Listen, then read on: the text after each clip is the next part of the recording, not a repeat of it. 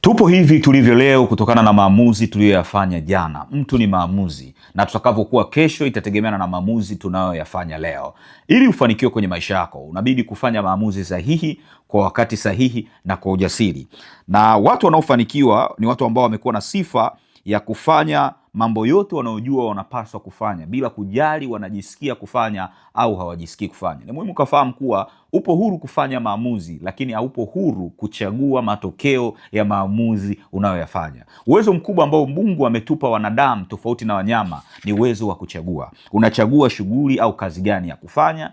Uwezo huo itaamua utafanikiwa au la. Unachagua chakula gani, chakula itaamua utakuwa na afya gani kwenye maisha. Unachagua eneo gani la kuishi, uishi Mwanza, uishi Dar es Salaam au uishi Dodoma. Unachagua watu wa kuambatana nao, unachagua vitu vya kutazama na kusikiliza. Vyote vinakushape na kuwa mtu wa aina fulani.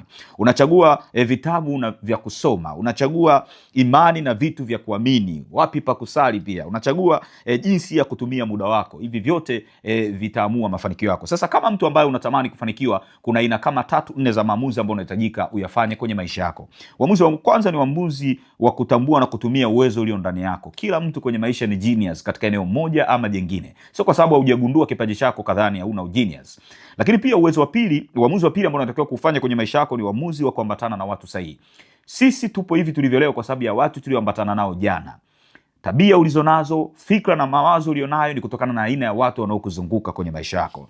Ufanye uamuzi wa kuambatana na watu sahihi. Uamuzi wa 3 ni uamuzi wa kusamehe na kujisamehe. Inawezekana kuna watu walikukosea, inawezekana ni wenza wako, inawezekana kuna watu walikukosea kazini kwako, ni bosi wako au ndugu au wazazi wako, lakini lazima ufanye uamuzi wa kusamehe. Unapowasamehe wale waliokukosea, ina faida zaidi kwako wewe kuliko wale unaowasamehe. Lakini zaidi pia unahitaji uamuzi wa kujisamehe katika makosa uliyowahi kuyafanya hapo nyuma. Inawezekana ni mahusiano uliingia ilikuwa sio sahihi, unatakiwa ufanye uamuzi wa kujisamehe. Lakini zaidi pia unahitaji kufanya uamuzi wa kujikubali na kujithamini. Lazima kwanza ujikubali wewe mwenyewe. Kukubali katika ndoto ulionayo, kubali katika uwezo ulionao, ndipo wengine watakukubali na kukuamini. Lakini mwisho unahitaji kufanya uamuzi kuhusiana na hatma ya maisha yako. Unataka watu wakukumbuke kwa jambo gani unavyoondoka hapa duniani?